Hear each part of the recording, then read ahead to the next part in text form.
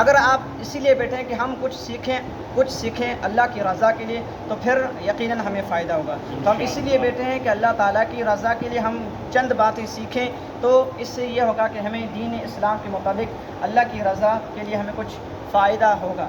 تو آج کا جو ہمارا درس ہے وہ چونکہ یہ مہینہ ہے ماہ مبارک، اس سے آنے والا جو مہینہ ہے یہ ذی الحج مہینہ ہے، اور اس مہینے کے اندر ایک ایسا واقعہ جو اللہ تبارک و تعالیٰ کو اللہ تعالیٰ کو بہت پسندیدہ واقعہ ہے، وہ کیا ہے؟ وہ قربانی کا واقعہ ہے. اب اس قربانی کی جو بنیاد ہے، اس کی اصل ہے وہ کیا ہے؟ اب اس کی دو طریقے سے، ایک ہوتا ہے کہ تاریخی حوالے سے، ایک ہوتا ہے پھر اس کے قرآنی حوالے سے. پھر اب یہ جو قربانی ہے اس کے اندر دیکھو سوالات ہوتے ہیں. یہ صرف قربانی نہیں، کوئی بھی عمل ہوتا ہے تو اس کے لیے سوالات ہوتے ہیں کہ یہ کب ہوا، کیوں ہوا، کیسے ہوا، کس لیے ہوا. تو یہ تمام سوالات ہوتے ہیں. تو یہ تمام سوالوں کا جو جواب ہوگا، جب ان تمام سوالوں کا جب جواب ہمیں پتہ ہوگا تو پھر اس کی اصل ہم اس کو سمجھ سکتے ہیں اور اس کے بارے میں ہمیں پتہ ہوگا. تو انشاءاللہ آج ہم چند باتیں صرف وہی کریں گے کہ قربانی کے حوالے سے کہ اس کی بنیاد کب سے ہوئی. پھر اسی بنیاد یعنی جو مکہ شہر ہے، اب اس شہر مکہ کی جو ابتدا ہے وہ اس کے بارے میں ہم جو نا چند باتیں آپ حضرت کے سامنے بیان کریں گے. تو اسی لیے یہ جو واقعہ ہے، اس واقعے کو سمجھنے کے لیے ہمیں اس چیز کے بارے میں جاننا ہے کہ یہ جو رسم عاشقی ہے، یہ جو عشق کا یہ جو رسم ہے، قربانی کی ایک رسم ہے، مگر یہ کوئی عام رسم نہیں بلکہ رسم عاشقی آپ کہہ سکتے ہیں، یعنی وہ عشق جو اللہ تعالیٰ کی رضا کے لیے ہے. یہ رسم عاشقی ہے، اور یہ رسم عاشقی ایسا رسم عاشقی ہے کہ اس رسم عاشقی کو اللہ تعالیٰ نے، جو ہم مسلمان ہیں اس مسلمانوں کے لیے اللہ تعالیٰ نے اس کو عبادت قرار دیا ہے. اب یہ ایک عبادت ہے، مگر حقیقی جو طور پر اس کی جو بنیاد ہے وہ ایک رسم ہے. مگر یہ ایسی رسم ہے کہ اللہ تعالیٰ کو یہ رسم اتنی پسند آئی کہ ہم مسلمانوں کے لیے اس رسم کو اللہ تعالیٰ نے عبادت کا درجہ دیا ہے. تو یہ اسی لیے اس کو کہتے ہیں رسم عاشقی، کہ جو ایک مسلمانوں کے لیے کیا ہے؟ عبادت ہے. اب اس کی ابتدا کس سے ہوئی؟ یہ ہے ابو الانبیاء حضرت ابراہیم علیہ السلام. اسی سے اس کی ابتدا ہوئی ہے. اور حضرت ابراہیم علیہ السلام کی جب ہم تاریخ پڑھیں گے تو یہ کون ہیں؟ یہ حضرت نوح علیہ السلام کے جو بیٹے سام ہیں، اس کی 10ویں سلسلے میں سے حضرت ابراہیم علیہ السلام کی جو وہ ولادت ہے، پیدائش ہے. اب اسی طریقے سے جب ہم حضرت ابراہیم علیہ السلام کی ولادت کے بارے میں جب ہم جانیں گے تو حضرت ابراہیم علیہ السلام کی ولادت کے متعلق ایک یہ قول ہے کہ ایک شہر ہے جس کا نام ہے کلدانیو. اس کا ایک شہر ہے اور کہتے ہیں یا آور کہتے ہیں. تو وہاں جو ہے حضرت ابراہیم علیہ السلام کی ولادت ہوئی، وہاں حضرت ابراہیم علیہ السلام کی پیدائش ہوئی. اسی طریقے سے ایک روایت میں یہ بھی آیا ہے کہ حضرت ابراہیم علیہ السلام کی جو ولادت ہے وہ کوفہ شہر ہے. اس کی کوفہ کا ایک شہر ہے جس کا نام ہے کوئی، یہ ایک نام ہے. تو کہا کہ وہاں پر حضرت ابراہیم علیہ السلام کی پیدائش ہے، وہاں اس کی ولادت ہے. تو یہ مختصر اس کا تعارف ہے. اب جو حضرت ابراہیم علیہ السلام یعنی جو ابراہیم ہے، یہ جو نام ہے، اب اس نام کی بھی ہم اصل کرتے ہیں کہ یہ کس وجہ سے اس کا نام ابراہیم پڑا. تو ابراہیم کی جو بنیاد ہے اب ہیں یا اب اگر لیا جائے یا اب لیا جائے تو یہ عربی کا لفظ ہے. تو اس کا معنی یہ ہوتا ہے کہ باپ، یعنی ولاد باپ کہتے ہیں. اب جیسے عربی میں باپ کو بولتے ہیں. ابراہیم اگلا جو لفظ ہے یہ بھی ایک کلدانی، جس شہر سے آپ کی نسبت ہے، جس زبان سے آپ کی نسبت ہے، تو اس نسبت میں راہیم کا معنی ہوتا ہے جمہور، یا دوسرا معنی یہ ہوتا ہے کہ عوام، یعنی ان تمام عوام کے یا ان تمام جمہور کے والد. تو اسی طریقے سے حضرت ابراہیم علیہ السلام کا جو نام ہے، اب یہاں تو تھی صرف اس کی وجہ تسمیہ. اب اس کے بعد حضرت ابراہیم علیہ السلام چونکہ اللہ تبارک و تعالیٰ کے برگزیدہ پیغمبر ہیں، اب اللہ تبارک و تعالیٰ کے حکم کے مطابق اس نے یعنی حضرت ابراہیم علیہ السلام نے اپنی قوم کو ہدایت دی، اپنی قوم کو اللہ تبارک و تعالیٰ کی طرف بلانے کی دعوت دی، رہنمائی کی دعوت دی. مگر جب یہ تمام دعوت دے کر جب اس کی قوم نے نہیں مانا تو اس کے بعد کیا ہوا کہ حضرت ابراہیم علیہ السلام نے عراق کی طرف سفر کیا. پھر عراق سے کیا ہوا؟ عراق سے پھر واپس شام کی طرف، پھر یہ تمام کا سفر جو ہے وہ صرف اور صرف اللہ تعالیٰ کی رضا کے لیے اور اللہ تعالیٰ کی تعلیم، اللہ تبارک و تعالیٰ کے حکم کو پہنچانے کے لیے۔ پھر اس کے بعد کیا ہوا کہ یہاں بھی یہ کام نہیں ہوا، چونکہ یہاں کے لوگوں نے بھی ہدایت کو جو بات تھی اس کو ماننے سے انکار کیا۔ اب اس کے بعد حضرت ابراہیم علیہ السلام شام سے حضرت سارہ علیہ السلام جو آپ کی بیوی ہیں اس کو لے کر مصر کی طرف روانہ ہوئے۔ جب مصر کی طرف روانہ ہوئے وہ بھی اسی لیے کہ تبلیغ اشاعت یعنی دین کی تبلیغ کے لیے، اللہ کے حکم کی تبلیغ کے لیے۔ پھر شام سے واپس لوٹ آئے اور وہاں آ کر قیام کیا۔ کہاں؟ مصر سے لوٹ کر پھر شام میں قیام کیا۔ اب جب قیام کیا شام میں تو وہاں پر پھر کیا ہوا کہ حضرت ابراہیم علیہ السلام نے حضرت بی بی ہاجرہ علیہ السلام سے نکاح کیا، اور پھر اس نکاح کے بعد کیا ہوا کہ اس حضرت بی بی ہاجرہ علیہ السلام سے آپ کی اولاد ہوئی جو حضرت اسماعیل علیہ السلام۔ اب چونکہ حضرت ابراہیم علیہ السلام کی جو پہلے بیوی ہے وہ کیا ہے؟ حضرت سارہ۔ حضرت سارہ علیہ السلام سے جو آپ کی اولاد ہے وہ حضرت اسحاق علیہ السلام، اور اسی طریقے سے حضرت بی بی ہاجرہ علیہ السلام سے آپ کی جو اولاد ہے وہ حضرت اسماعیل علیہ السلام۔ اب یہ مختصر تعارف تھا۔ اب اس کے بعد کیا ہوا کہ حکم الہی یعنی اللہ تعالیٰ کے حکم، اذن الہی، حکم الہی سے کیا ہوا کہ حضرت بی بی ہاجرہ اور حضرت اسماعیل علیہ السلام ان دونوں کو مکہ یا حجاز بھی کہہ لے، حجاز، اور چونکہ مکہ کا نام پرانا حجاز ہے تو حجاز کے ایک چٹیل ایسا میدان جہاں کچھ نہیں ہے، یعنی نہ کھانے کا نہ پینے کا کوئی بندوبست نہیں ہے، ایک پہاڑی سلسلہ ہے، کچھ بھی موجود نہیں ہے، تو وہاں پر بے اذن الہی، چونکہ یہ آزمائش ہے، اللہ تعالیٰ نے اپنے اس نیک بندے کو آزمائش اور امتحان کے لیے حکم دیا کہ حضرت سیدہ ہاجرہ علیہ السلام اور حضرت اسماعیل علیہ السلام کو وہاں پر چھوڑا ہے۔ پھر وہاں پر جب حضرت ابراہیم علیہ السلام نے بے حکم الہی دونوں کو وہاں پر چھوڑا، اس کے بعد یا جو جس جگہ پر چھوڑا یہ جگہ کون سی ہے؟ یہ جگہ وہ تھی کہ یمن سے شام کی طرف جو قافلے جاتے تھے ان کا یہاں پر گزرگاہ تھی، ان کا ایک سفر تھا۔ یمن سے جب لوگ شام جاتے تھے تو وہاں ایک گزرگاہ تھی، تو اسی لیے وہاں پر حضرت ابراہیم علیہ السلام نے حضرت بی بی ہاجرہ اور حضرت اسماعیل علیہ السلام کو وہاں پر چھوڑا۔ دیکھو یہاں پر بھی یہ امتحان ہے۔ اب ایک اپنی گھر والی یعنی اپنی بیوی اور کم سن اکلوتا بیٹا، ایک ہی بیٹا ہے جو اکلوتا ہے، لیکن جب اللہ کا حکم ہوا تو اللہ کی رضا کے لیے جو وہ بسر تسلیم خم کر کے وہ وہاں پر چھوڑ دیا۔ وہاں پر نہ کھانے کا نہ پینے کا کوئی سسٹم، کوئی بندوبست بھی نہیں ہے، مگر چونکہ اللہ کی رضا پر راضی رہنا، تو اس لیے یہ بھی ایک قربانی ہے کہ اللہ کی رضا کے لیے اپنے گھر کو، اپنے اولاد کو بھی وہاں پر قربان کر دیا، وہاں پر چھوڑ دیا۔ پھر جب حضرت بی بی سیدہ ہاجرہ اور حضرت اسماعیل علیہ السلام کو جہاں چھوڑا تو وہاں چونکہ کچھ بھی نہیں تھا، تو بھوک اور پیاس کو دور کرنے کے لیے قدرت الہی دیکھیں کہ اللہ تبارک و تعالیٰ نے کیا کیا کہ وہاں پر اللہ تبارک و تعالیٰ نے ایک چشمہ جاری کیا۔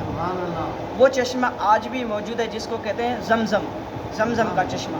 تو یہ چشمہ اللہ تبارک و تعالیٰ نے اس لیے وہاں پر اس کو پیدا کیا کہ چونکہ وہاں ایک چٹیل میدان تھا، وہاں پر نہ کھانے کا نہ پینے کا کوئی سسٹم نہیں تھا، تو صرف اور صرف حضرت بی بی ہاجرہ اور حضرت اسماعیل علیہ السلام کے لیے اس چشمے کو اللہ تعالیٰ نے جاری کیا۔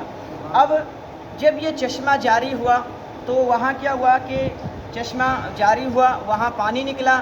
اب اس کے بعد کیا ہوا، ایک دوسرا قبیلہ جو آس پاس رہتا تھا جس کا نام تھا قبیلہ جرہم، وہ کیا ہوا کہ اس پانی کی وجہ سے وہ قبیلہ بھی وہاں پر آ کے آباد ہونے شروع ہو گئے، نہیں وہ بھی اب اسی کی برکت سے حضرت بی بی ہاجرہ اور حضرت اسماعیل علیہ السلام کے لیے اللہ نے کیا کیا کہ قدرت الہی ایک چشمہ جاری کیا، وہ زمزم تھا۔ پھر اس وجہ سے وہاں پر ایک قبیلہ جو تھا قبیلہ جرہم، وہ بھی اس بنیاد پر وہاں پر آ کے رکا، اور یہاں تک کہ وہاں رکنے کے بعد ایک سکونت اختیار ہوئے، یعنی چونکہ آپ کو پتہ ہے کہ آبادی یا معاشرہ جو بنتا ہے وہ کس سے بنتا ہے؟ فرد سے بنتا ہے۔ دیکھو پہلے چٹیل میدان تھا، کچھ بھی نہیں تھا، حضرت ابراہیم نے حضرت سیدہ ہاجرہ اور حضرت اسماعیل علیہ السلام کو چھوڑا، دو ہو گئے۔ اب 2 کے بعد جب پانی اللہ نے جاری کیا، اس کے بعد قبیلہ جرہم آ گیا، تو اس طریقے سے 1 کے بعد 2، 2 کے بعد اس طریقے سے قبیلہ بن گیا. تو قبیلے کے بعد یعنی ایک یہاں پر آبادی بن گئی. جو یہ پوری آبادی جب بن گئی تو اس پوری آبادی کے بننے کے بعد اس جگہ کا جو نام جو رکھا گیا وہ کیا، وہ شہر مکہ ہے. یعنی شہر مکہ کی بنیاد اس سے ہوئی ہے. مکہ کی جو بنیاد ہے وہ اسی سے ہوئی ہے کہ اس قبیلہ جرہم نے وہاں پر قیام کیا، وہاں پر پانی پیا، پھر اس کے بعد کیا ہوا کہ وہاں پر جو ہے وہ سکونت اختیار کی. تو اس بنیاد پر مکہ جو شہر ہے، اس شہر مکہ پرانے زمانے اس کو حجاز بھی کہتے ہیں، تو اس کی کیا ہوا کہ اس کی بنیاد یہاں سے پڑی، یہاں سے اس کی بنیاد ہوئی. اب اس کے بعد کیا ہوا کہ اسی شہر مکہ کے لیے حضرت سیدنا ابراہیم علیہ السلام جب بھی اپنے صاحب زادے حضرت اسماعیل علیہ السلام اور اپنی بیوی حضرت بی بی ہاجرہ کے پاس جب آتے تو وہاں کے لیے ہر وقت اس کی خوشحالی کے لیے اللہ تبارک و تعالیٰ سے دعا کرتے تھے کہ وہاں پر ایسی خوشحالی ہو، وہ خوشحالی دینی بھی ہو اور وہ خوشحالی دنیاوی بھی ہو. تو دینی اور دنیاوی خوشحالی کے لیے حضرت ابراہیم علیہ السلام جب آتے تھے تو وہاں پر اللہ تعالیٰ سے دعا کرتے تھے کہ مولا کریم اس علاقے کو، اس جگہ کو آپ خوشحال کر دے دینی حوالے سے اور دنیاوی حوالے سے. تو کیا ہوا کہ اللہ تبارک و تعالیٰ نے اس کو حضرت ابراہیم علیہ السلام کی دعا کو قبول کیا. اور کیا ہوا کہ حضرت ابراہیم علیہ السلام نے جب دیکھا تو چنانچہ چلتے چلتے جب حضرت اسماعیل علیہ السلام کی جب عمر کچھ زیادہ ہوئی تو کیا ہوا کہ حضرت ابراہیم علیہ السلام نے اپنے صاحبزادے حضرت اسماعیل علیہ السلام کو لے کر کیا کیا کہ وہاں پر خانہ کعبہ کی تعمیر کی. تو یہاں سے ابتدا ہوئی. تو اس خانہ کعبہ کی جب تعمیر ہوئی جہاں پر صرف اور صرف اللہ تبارک و تعالیٰ کی عبادت کی جائے، اللہ تبارک و تعالیٰ وحدہ لا شریک ہیں، تو اسی کی عبادت کی. چونکہ اس سے پہلے لوگ جو وہ مختلف چیزوں کی عبادت کرتے تھے، بت پرستی یا اور بہت ساری چیزوں، مگر پھر بھی حضرت ابراہیم علیہ السلام وحدانیت پہ توحید پر قائم تھے. تو اسی لیے وہاں پر مکہ کے اندر کعبہ کی جو ہے وہ تعمیر کروائی. پھر اسی طریقے سے وہاں پر حضرت اسماعیل علیہ السلام کو اسی جگہ پر یوں سمجھو کہ امام بھی وہی اس جگہ پر اسی کو بنایا. اب اس کے بعد کیا ہوا، چونکہ اس سے پہلے آپ نے سنا کہ وہاں جو پہلے کچھ نہیں تھا، وہاں پر حضرت بی بی ہاجرہ اور حضرت اسماعیل علیہ السلام آئے. وہاں پر ایک قبیلہ آیا تھا، وہ کون سا تھا؟ قبیلہ جرہم. پھر کیا ہوا کہ جب جیسے جیسے حضرت اسماعیل علیہ السلام کی عمر بڑھتی گئی تو پھر حضرت اسماعیل علیہ السلام کا جو نکاح ہوا وہ بھی اس قبیلہ جرہم کے اسی سے ہوا. اور پھر اسی سے ہوا تو اسی سے کیا ہوا کہ حضرت اسماعیل علیہ السلام کا جو ایک قبیلہ ہے تو اس سے مختلف شاخیں ہیں. تو اس میں ایک شاخ ہے جس کا قریش کہتے ہیں، جیسے قریش مکہ. تو اسی قریش کے اندر جو ایک معزز گھرانہ ہے یا معزز قبیلہ ہے وہ کون سا ہے؟ بنو ہاشم. تو اس بنو ہاشم سے آقا علیہ السلام جو آخری نبی ہیں، اللہ تعالیٰ کے محبوب ہیں، تو اس سے آقا علیہ السلام کو اللہ تبارک و تعالیٰ کے جو نیک اور حبیب ہیں وہاں سے حضرت اسماعیل علیہ السلام کی جو قبیلہ ہے بنو ہاشم، تو وہاں سے آقا علیہ السلام کی ولادت ہوئی. تو یہ بنیادی طور جن وہ ابتدائی طور پر چند باتیں میں نے آپ حضرت کے سامنے ذکر کی. اب اسی طریقے سے نمبر 3 جو باتیں آتی ہیں وہی چونکہ حضرت ابراہیم علیہ السلام کی جو بات چل رہی ہے، تو حضرت ابراہیم علیہ السلام کی جو زندگی ہے وہ ساری زندگی وحدانیت پر رہی. یعنی ان کی زندگی کے اندر مختلف فرعون آئے، مختلف نمرود آئے، ایسے لوگ، ان لوگوں نے طاقتیں اختیار کی، مگر پھر بھی حضرت ابراہیم علیہ السلام نے اپنی وحدانیت کو نہیں چھوڑا. صرف اور صرف اللہ تبارک و تعالیٰ کی عبادت کی، اللہ تبارک و تعالیٰ کو وحدانیت کو مانا اور حق گوئی کی. یعنی اللہ تبارک و تعالیٰ کی حق اور حق گوئی کے لیے اس نے ایک نمونہ پیش کیا حضرت ابراہیم علیہ السلام نے. اسی لیے اب حضرت ابراہیم علیہ السلام کا جو چونکہ حق کا ایک نمونہ پیش کیا، تو اس لیے ہمارے جو ہم مسلمان ہیں، جو ہمارا دین ہے اسلام ہے، اس اسلام کی بنیاد پر اس اسلام کو جو نا حنیفہ مسلمہ، یعنی حنیفہ مسلمہ کے نام سے جو نا وہ اسلام کو جو نا وہ نام دیا گیا. یعنی یہ حنیفہ مسلمہ سے مراد کیا ہے کہ ہر طرف سے کٹ کر صرف اور صرف اللہ تبارک و تعالیٰ کی طرف لے جانے والا. نہیں اللہ تعالیٰ حضرت ابراہیم علیہ السلام نے تمام راستوں کو چھوڑ دیا، ہر آزمائش کو جو نا پوری آزمائش کے اوپر صبر اور استقامت کیا، یہاں تک کہ جان کا خطرہ ہر چیز کو چھوڑ کر، مگر پھر بھی صرف اور صرف اللہ تبارک و تعالیٰ کی راہ کو اختیار کیا، وہاں پر صبر کیا اور استقامت اختیار کی۔ تو اسی لیے اس دین کو حنیفہ مسلمہ بھی کہتے ہیں یا ملت ابراہیم، یعنی اسلام کو ملت ابراہیم بھی اسی لیے کہتے ہیں، یعنی یہ جو اسلام ہے یہ کیا ہے، اسلام کو ملت ابراہیم بھی کہتے ہیں۔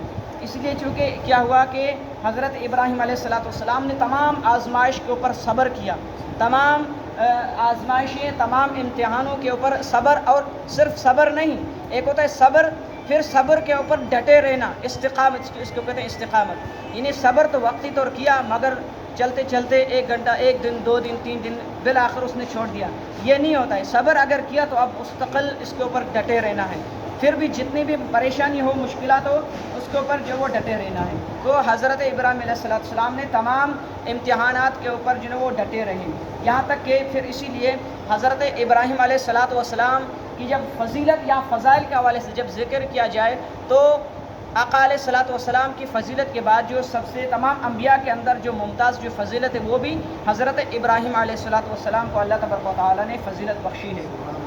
کیونکہ اسی لیے بات یہ ہے کہ پوری کی پوری زندگی آزمائش اور امتحان میں گزری ہے، حضرت ابراہیم کی جو پوری زندگی ہے وہ امتحان اور آزمائش میں گزری ہے۔ اسی لیے اب کیوں ہر موڑ پر حضرت ابراہیم علیہ السلام نے اللہ کے حکم کے سامنے بس سر و تسلیم خم کر دیے، یعنی اپنے رضا اور اللہ تبارک و تعالیٰ کی رضا کے لیے تمام چیزوں کو چھوڑ کر ہر وقت اپنے سر و تسلیم خم کر دیا، صرف اللہ کی رضا کے لیے۔ اسی لیے یہاں تک کہ اس وقت اب جب بچپن کا واقعہ ہے، چونکہ آپ لوگوں نے تمام نے سنا ہے، مگر مختصرہ یہ ہے کہ جب آپ بچپن کا دور ہے تو اس وقت بادشاہ وقت ہے، جب بادشاہ وقت نے دیکھا کہ حضرت ابراہیم علیہ السلام جو ہے وہ توحید کے اوپر ڈٹے ہیں، ہم ہر وقت ہر حوالے سے ان کو چھوڑنے کے لیے کریں، مگر پھر بھی اس کے باوجود بھی وہ اس وحدانیت کے اوپر وہ ڈٹے ہوئے ہیں، اور یہاں تک کہ تو اس سے ہٹانے کے لیے کیا کیا